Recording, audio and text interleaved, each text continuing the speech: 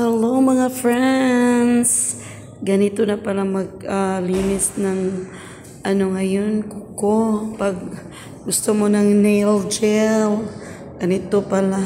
Nakikiliti ako dyan guys. Kasi diba di kurente ng gamit. High-tech na talaga ngayon guys. Ganito rin ba sa inyo maglinis ng kuko? Sarap talaga pag nililinisan. Pasensya na kayo sa paa dyan. Iyaan nyo lang yun na paa ng loy. Char lang. Ganyan talaga kami mga Bisaya. Para loy ang tawag. Anyway, so ganyan nakikiliti talaga ako. Kinukuha yung dating dating gel niya. Tapos, nagustuhan ko naman to guys. Gusto ko ang ganitong paraan ng paglilinis. Kasi parang hindi talaga na anong tawag nun, hindi talaga na sisira yung kuko ba. Kasi ang tinatanggal niya, yan yung dating nail gel niya. Diba? Ang bilis-bilis lang. Ang bilis-bilis lang na linisan. Nalilinisan ka agad. So, ganyan talaga maglinis, mga kaibigan. So, mura lang naman to sa amin kasi kapitbahay na namin yung tagalinis namin. Pero nakakalungkot kasi ewan ko kung masusustain ba ito. Kasi for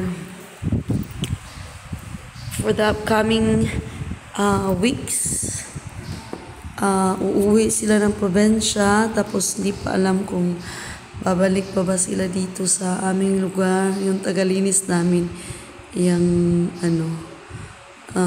tagalinis ng aming mga kuko.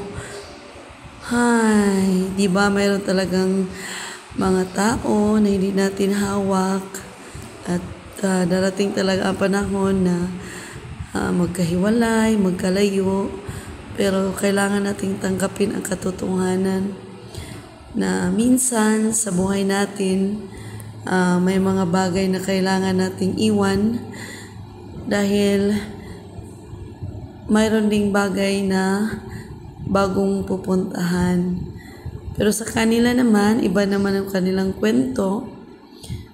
Uuwi talaga sila sa kanilang lugar. Kasi yung asawa niya, parang gusto mo nang magpahinga sa pagmamaneho. Tapos nilagyan na yan ng kulay ang aking kuko na maitim. Nagustuhan ko ang ang nail gel. Kasi kahit ilang linggo or buwan, parang hindi nasisira yung kuko mo.